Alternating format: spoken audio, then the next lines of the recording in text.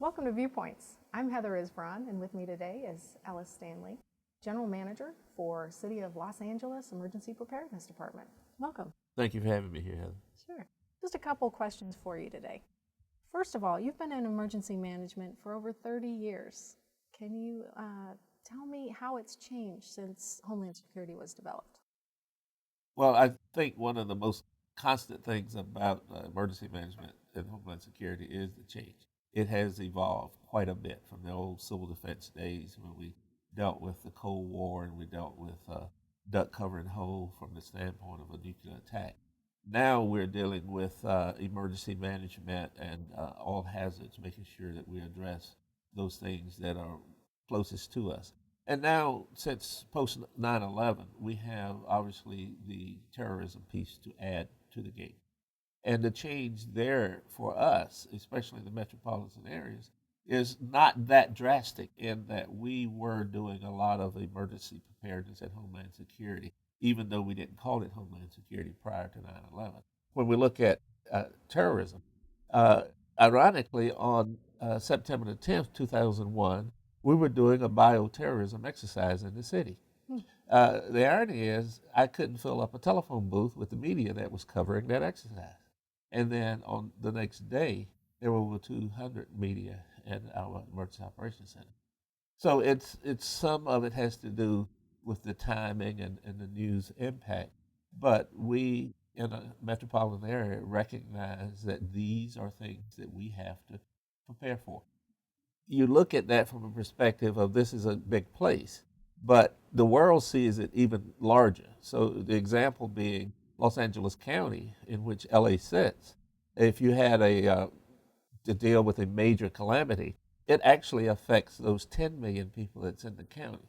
So there's some inherent responsibilities that the emergency management program must address, and that is the collaboration outside of its boundaries from a regional perspective, and the term now is urban. And we've been doing that for quite some time. We have to look at bad things that bad people do. That's just part of the hazard analysis when we deal with things. We have to look at the accidental technological issues that we have. And we have to look at the natural disasters that will, in most cases, lead the day for the efforts for preparedness. And we have to address those um, in a coordinated fashion. And that coordinated fashion is not only bringing the uniform first responders, but making sure that we empower the secondary responders and we empower the rest of our community, the private sector, the non-governmental entities, and everybody that lives, sleeps, and plays in our area. And to give our Homeland Security audience an idea of the number of agencies that are involved at a strategic level in Los Angeles, could you throw out a number of folks that are looking at it not from the first or second responder perspective, but how many folks and what kinds of agencies are we looking at who are developing the strategies and the policies to respond? Well, let me start with the best number I can give you, and that's the 4 million people that live in Los Angeles. They actually have a role and responsibility as we look at dealing with preparing for, preventing, responding to, and recovering from emergencies and disasters. And terrorism is no different.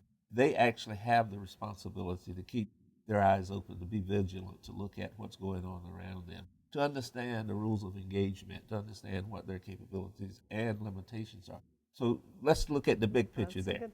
And then on a governmental perspective, when we look at our partners in preparedness, obviously we're looking at law enforcement, we're looking at fire services, we're looking at public works.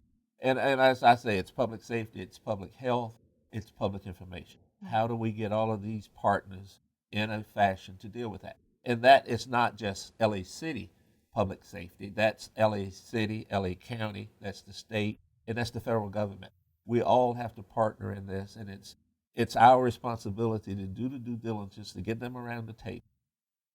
We all talk about having the plan. The process of planning, to me, is critically more important, and that process is bringing those entities together.